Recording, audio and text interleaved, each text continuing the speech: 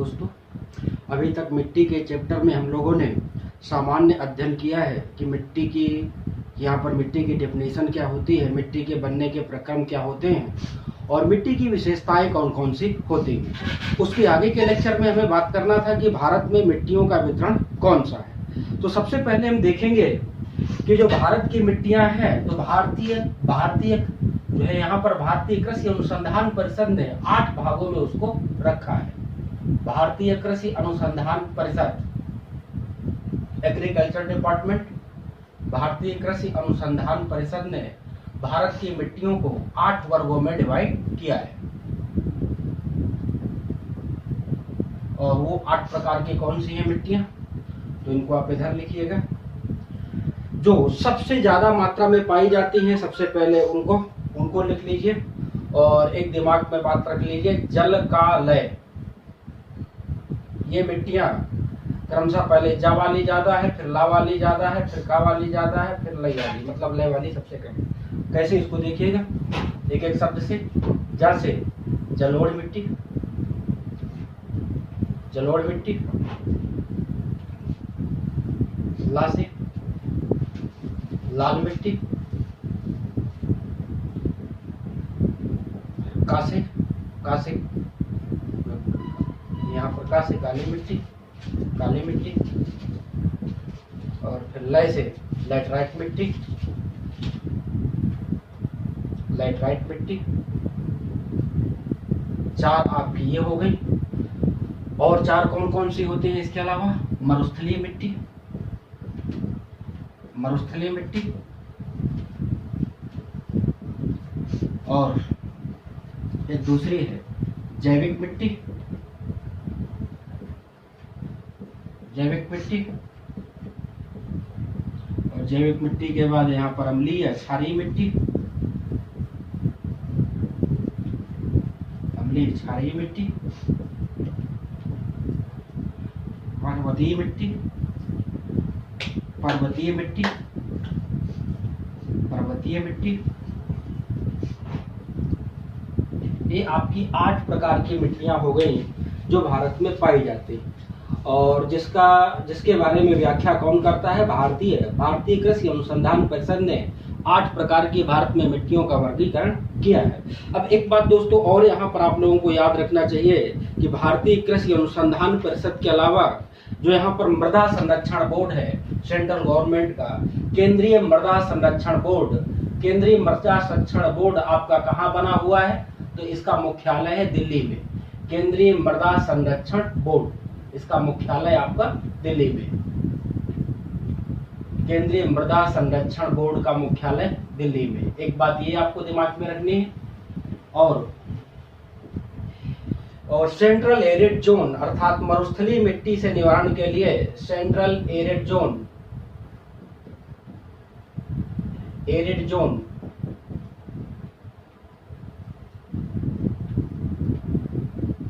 Institute, ये आपका जोधपुर में बना हुआ है। तो एक जोधपुर में, एक दिल्ली में, और ये भी आपका दिल्ली में ही भारतीय कृषि अनुसंधान परिषद भी दिल्ली। और एक और है आपका इसी से संबंधित जो भारत में भारतीय मृदा संरक्षण बोर्ड, भारतीय मृदा विज्ञान संस्थान। एक और लिखिएगा, भारतीय मृदा विज्ञान संस्थान।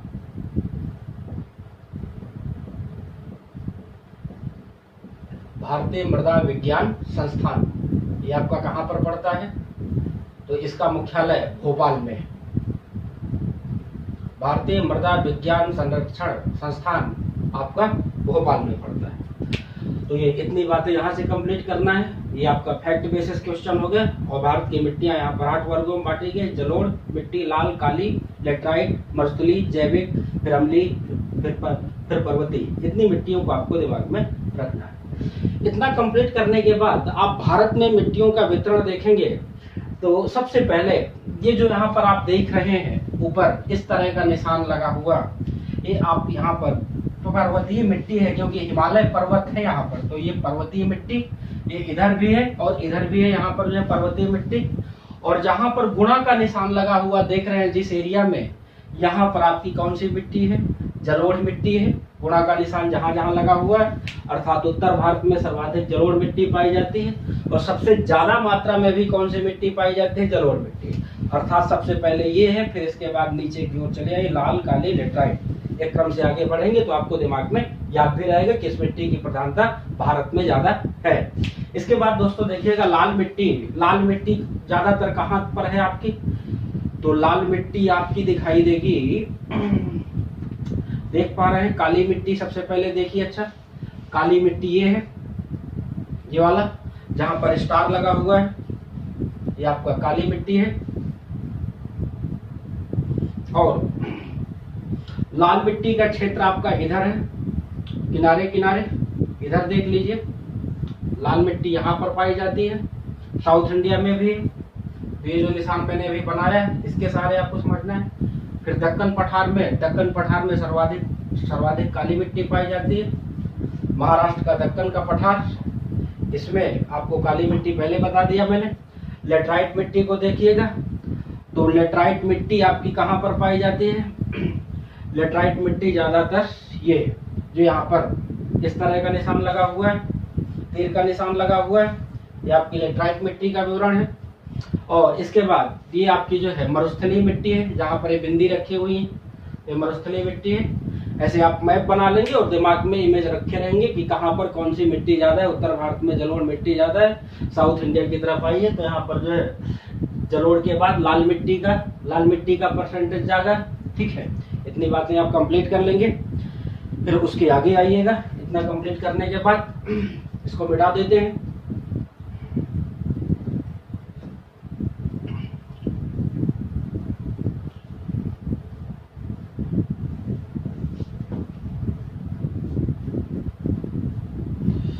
मिट्टी में ही है तो एक एक मिट्टी को आप डिटेल से देखिएगा कि जलोढ़ मिट्टी सबसे पहले हेडिंग देंगे, जलोढ़ मिट्टी। अब इसका अगर पूरे भारत में आप विस्तार देखेंगे तो लगभग 42% एरिया में जलोढ़ मिट्टी आपकी पाई जाती है। और जो आपकी जलोढ़ मिट्टी होती है ये ज्यादातर नदियों के द्वारा बहाकर लाए गए अवसादों से निर्मित होती है, इसलिए ये आपकी दो प्रकार की होती है, बांगर और खादर मिट्टी। बांगर और खादर मिट्टी, बांगर और खादर मिट्टी। देखिए दोस्तों, बांगर और खादर क्या है? जैसे मान लीजिए कि ये कोई शिवालिक श्रेणी है, हिमालय पर्वत का एक भाग है, और शिवालिक श्रेणी से नदियां नीचे की ओर निकल रही हैं। और जब नदियां नीचे की ओर बहती हैं तो सबसे पहले अपने साथ बहुत सारे अवसादों को बहा कर लाती हैं। तो जो नदियों के समीपवर्ती भाग होता है, ये वाला भाग है, तो यहाँ पर अवसाद जमा होते चले जाएंगे, ये वाला हिस्सा।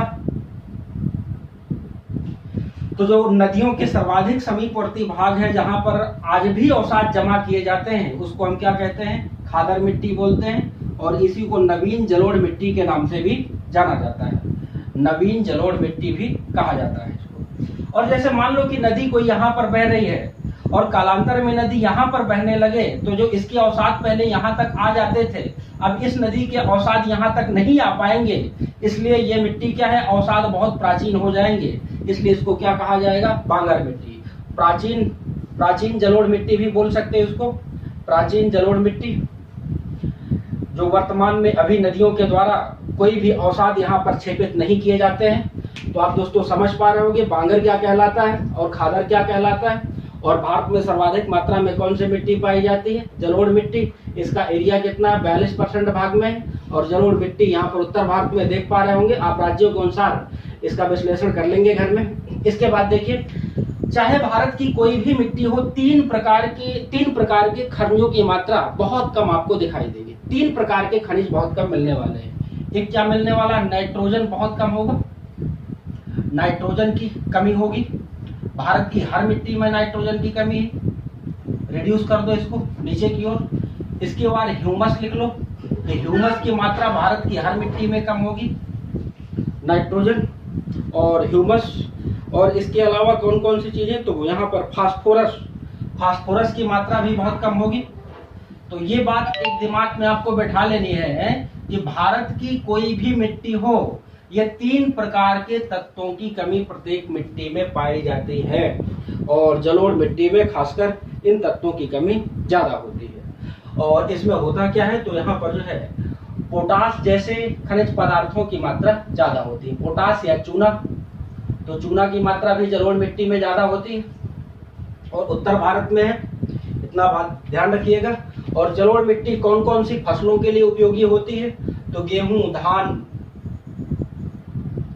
कुल मिलाकर आप लिख सकते हैं खाद्यान्न फसलों के लिए जलोढ़ मिट्टी सर्वाधिक उपयोगी होती है। तो इतना आप जलोढ़ मिट्टी के बारे में नोट डाउन करेंगे। देख लें इन चीजों को, अगर कोई बात नहीं अभी समझ में आई है तो आप डिस्कस कर सकते हैं। चलिए अच्छा, एक दूसरी मिट्टी उठाते हैं जलोढ़ के बाद।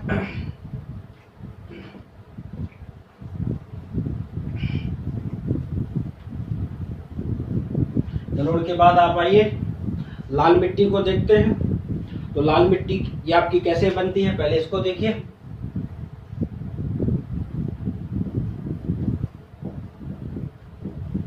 तो लाल मिट्टी का निर्माण ज्यादातर आप जानते हैं, जो भी ज्वालामुखी क्रियाएं होती हैं तो उनसे दो प्रकार के पदार्थ निकलते हैं, ग्रेनाइट और बेसाल्ट। तो ग्रेनाइट और नीस की चट्टानों के विखंडन के फलस्वरूप लाल मिट्टी का निर्माण होता है। अर्थात अगर ग्रेनाइट की चट्टानें टूटेंगी या नीस की चट्टानें टूटेंगी तो इन्हीं से आपका क्या बनेगा, लाल मिट्टी का निर्माण होगा। तो ग्रेनाइट या नीस की चट्टानों के विखंडन से लाल मिट्टी बनती है। अब लाल मिट्टी का लाल रंग क्यों होता है, तो यहाँ पर जो है आयरन ऑक्साइड की मात्रा ज्यादा होती है, इसलिए इसका रंग लाल होता है।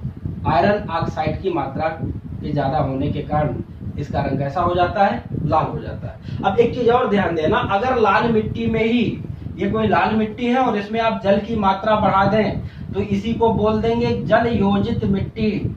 लाल की जगह ये पीला रंग दिखाएगी। अर्थात अगर लाल मिट्टी में ही जल की मात्रा ज्यादा है तो मिट्टी का रंग पीला हो जाएगा, तो इसी को पीली मिट्टी भी कहा जा सकता है। तो लाल को ही आप पीली मिट्टी के नाम से भी जान सकते हो। और ये ज्यादातर झारखंड के छोटा नागपुर पठार में पाई जाती है। मैप में देख लीजिए तो मैप से समझ में आ जाएगा। छोटा नागपुर पठार में इसकी मात्रा ज्यादा है आपकी। छोटा नागपुर पठार ये आपका कहाँ पड़ता है, भारत का रूर कहलाता है, झारखंड में पड़ता है, खनिज उत्पादन की दृष्टि से सर्वाधिक संपन्न है। इसके बाद देखिएगा कि इसमें कौन सी चीजें यहाँ पर उगाई जा सकती है लाल मिट्टी में।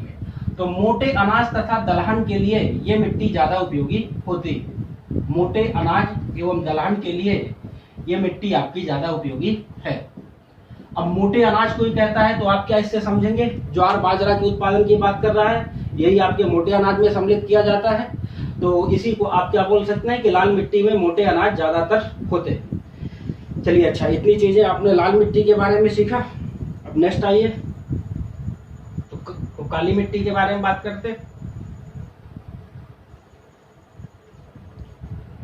जैसे कि काली मिट्टी के एग्जाम्पल में आप देखिएगा, महाराष्ट्र का दक्कन पठार मैंने बताया था, महाराष्ट्र के दक्कन में पाई जाती है। दक्कन ट्रैप भी आप उसको बोल सकते हैं। तो दक्कन ट्रैप में मिलती है ये काली मिट्टी। और जो दक्कन ट्रैप है वो आपका किससे निर्मित है, तो बेसाल्टिक लावे से बना हुआ है। अर्थात बेसाल्टिक लावे से ही काली मिट्टी का निर्माण होता है। बेसाल्टिक लावे से ही काली मिट्टी निर्मित होती है। और बेसाल्टिक लावा है जो है आया कैसे, ज्वालामुखी क्रियाओं के परिणाम स्वरूप आया। अब देखो इसका रंग क्यों काला होता है, टिटेनी फेरस ऑक्साइड के कारण इसका रंग काला होता है। टिटेनी फेरस ऑक्साइड के कारण इसका रंग काला होता है। एक फैक्ट आप यहाँ से दिमाग में रखेंगे कि काली मिट्टी का रंग काला क्यों होता है, तो यहाँ पर जो है टिटेनी फेरस ऑक्साइड के कारण होता है। और एक बात इसमें ध्यान रखिएगा, इसी को हम बोल सकते हैं कि इस मिट्टी में जैविक पदार्थों की कमी होती है। तो इन मिट्टी में जैविक पदार्थों की कमी भी पाई जाती है आपकी। और दुनिया में इस मिट्टी को किस नाम से जाना जाता है, चेरनोजम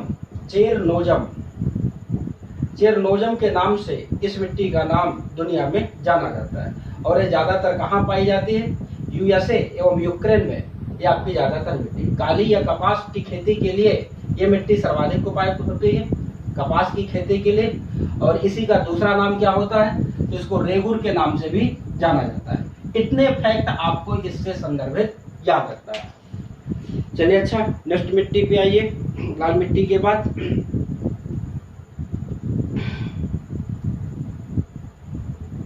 काली मिट्टी के बाद नेक्स्ट लिखिएगा लेटराइट मिट्टी। लेटराइट मिट्टी, लेटराइजेशन की प्रक्रिया मैंने पहले समझाया था। लेटराइजेशन कहाँ होगा? जहाँ का तापमान बहुत ज़्यादा होगा और जहाँ पर वर्षा ज़्यादा होगी तो वहाँ पर लेटराइट मिट्टी का निर्माण होता है। और लेटराइट मिट्टी आपके ईंट निर्माण में सर्वाधिक उपयोगी मानी जाती है। अगर ईंट वगैरह बनाना है तो इस मिट्टी का सबसे अच्छा ईंट बनता है आपका लेटराइट मिट्टी का। और इसके बाद इसमें देखिएगा किस चीज़ों की मात्रा ज़्यादा होती है? लोहा एवं एल्यूमिनियम की मात्रा इसमें ज़्यादा होती है। लोहा और एल्यूमिनियम इन पदार्थों की मात्रा ज़्यादा होती है। एल्यूमिनियम, तो ये पदार्थ आपके ज़्यादा मात्रा में पाए जाते हैं इस मिट्टी में। इतना आप लोग इसमें लिखिएगा लेटराइट मिट्टी के बारे में। और ये जैसे पूर्वी घाट, वेस्टर्न घाट, राजमहल की पहाड़ियाँ, केरल, इन क्षेत्रों में ज़्यादातर इसका विस्तार है। और चाय एवं कॉफ़ी का उत्पादन इस मिट्टी के द्वारा सर्वाधिक मात्रा में किया जाता है। तो चाय एवं कॉफ़ी के लिए ज़्यादा उपयुक्त कौन सी है? तो लेटराइट मिट्टी है। ज़्यादातर कहाँ पाई जाती है? तो केरल में सर्वाधिक विस्तार लेटराइट मिट्टी का देखा जाता है। ये पॉइंट भी आप याद रखेंगे कि केरल में लेटराइट मिट्टी सर्वाधिक मात्रा में प्राप्त होती है। तो इतने फैक्ट आप दिमाग में रखेंगे अभी। और आगे बढ़ते हैं हम इसके बाद। तो मैंने अभी क्या बताया कि लेटराइट मिट्टी चाय और कॉफ़ी के उत्पादन में, और इसके साथ मसाला उत्पादन में भी आपका ज़्यादा फेमस है। मसाला उत्पादन में तो आप इतना यहाँ से याद रखेंगे, मसाला उत्पादन में। और लेटराइट मिट्टी सर्वाधिक मात्रा में है कहाँ? तो केरल में पाई जाती है। और एक इसी का रंग कई बार क्या हो जाता है? सफेद हो जाता है, तो उसको हम सफेद लेटराइट मिट्टी भी बोल देते हैं। सफेद लेटराइट मिट्टी। और इसका रंग सफेद क्यों हो जाता है? केओलिन के कारण इसका रंग सफेद हो जाता है। केओलिन नामक तत्व की अगर मात्रा ज्यादा हो जाती है तो लेटराइट मिट्टी आपकी सफेद दिखने लगती है। तो इतने पॉइंट आपको इसमें याद रखने हैं। अब आइएगा उसके आगे।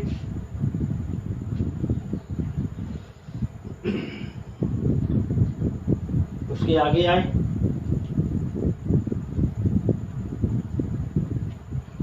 मरुस्थली मिट्टी।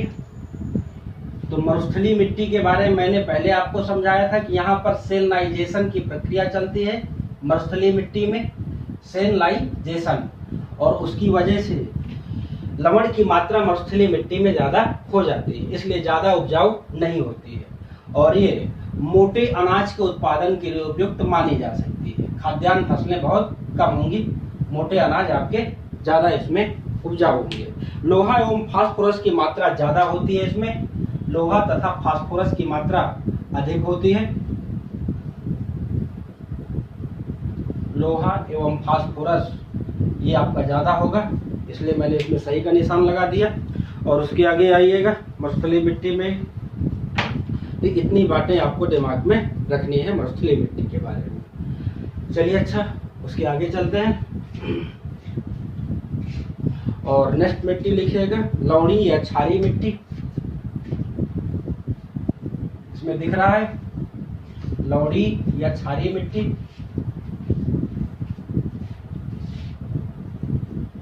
लवणी या क्षारीय मिट्टी। तो लवणी या क्षारीय ये मिट्टी कैसी होती है, इसकी विशेषता मैं आपको पहले बता चुका हूँ। इसमें आपको इतना ध्यान रखना है कि इसी मिट्टी को ऊसर भी कहा जाता है, रेत तथा कल्लर के नाम से भी जानी जाती है, और ये शुष्क जलवायु में पाई जाती है। ठीक है, इसमें याद रखना है रेत, ऊसर तथा कल्लर के नाम से भी ये मिट्टी जानी जाती है। रेत, ऊसर, कल्लर, ये तीन नाम आपको दिमाग में रखना है। और ये मिट्टी नारियल के उत्पादन के लिए उपयोगी होती है। तो ज़्यादातर केरल, पंजाब, इस तरह की जगहों में आपकी पाई जाती है। केरल, कर्नाटक, तमिलनाडु,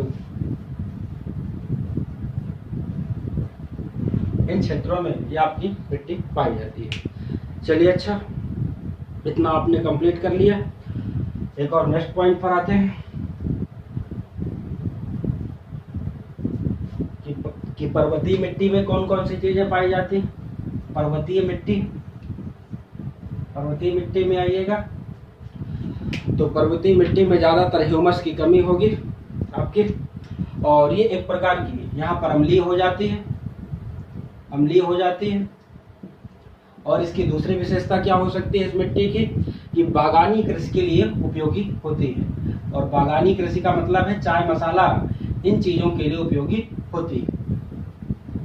चाय एवं मसाला के लिए ज्यादा उपयोगी होती है। और इसी में तीसरा पॉइंट और याद रखिएगा, यहाँ पर ज्यादातर झूम खेती की जाती है। देख लीजिए कोई भी पहाड़ी इलाका हो तो ज्यादातर झूम खेती का प्रचलन है। जैसे मेघालय, नागालैंड, इन क्षेत्रों में आप चले जाइए तो ज्यादातर झूम खेती का ही प्रचलन देखा जाता है। तो इतना आपको यहाँ से इन चीजों के बारे में याद रखना है। अब आइए मृदा अपरदन के बारे में समझ लेते हैं थोड़ा सा। मृदा अपरदन,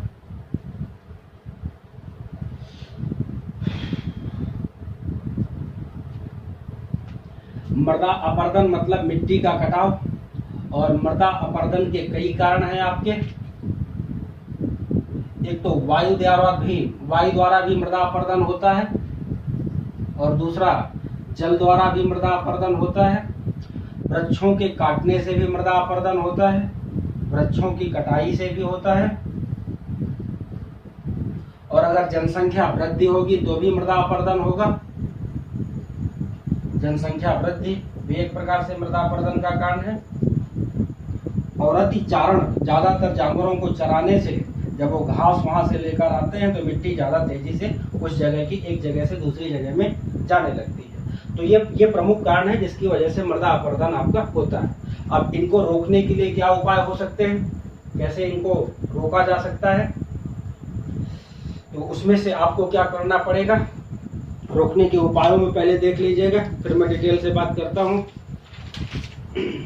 रक्षक मेखला बनानी होगी, और इन पॉइंटों को दिमाग में रख लीजिएगा, पेपर में जरूर मिलने वाले हैं। रक्षक मेखला का मतलब है बाउंड्री बना दो। जैसे एक खेत है तुम्हारा, इसके चारों तरफ बाउंड्री बना दो तो रक्षक मेखला हो गई। और सोपानी खेती करनी चाहिए, सोपानी कृषि का प्रचलन होना चाहिए।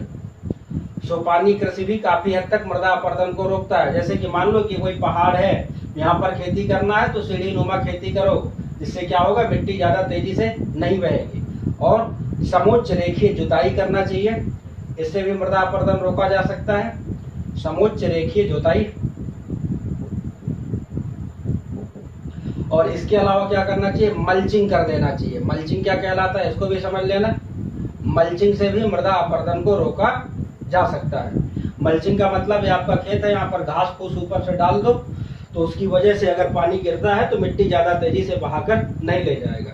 तो कुल मिलाकर घास फूस की परत बनाना ही मल्चिंग कहलाता है, जब खेत के ऊपर इनका बिखराव किया जाता है आपका। ठीक है, तो उसी प्रक्रिया को हम मल्चिंग के नाम से जानते हैं। तो इतनी उपाय आप कर सकते हैं, और साथ में इन चीजों को यहाँ पर नियंत्रित करिए कि ज्यादातर जानवरों को ना चराएं, जिससे कि पूरा का पूरा खेती वो हो जाए। तो यहाँ पर अतिचारण को भी रोकिए, तो भी मृदा अपरदन को कंप्लीट किया जा सकता है, मृदा अपरदन को कम किया जा सकता है। चलिए, अच्छा, इतना कंप्लीट कर पाया, उसके आगे आइए। अब देखिए जल से मृदा अपरदन कैसे होता है। वायु तो हवा चली और मिट्टी के कणों को बहाकर ले गई और एक दूसरी जगह पर इकट्ठा करके यहाँ पर चली गई। अब देखो, जैसे जल है, मान लो कि बारिश की एक बूंद गिरी, तो जहां पर बूंद गिरेगी वहां की आसपास की मिट्टी को किनारे कर देगी, और इसी को हम बोल देते हैं बूंदाघात अपरदन। इसको क्या बोला जाता है, बूंदाघात अपरदन।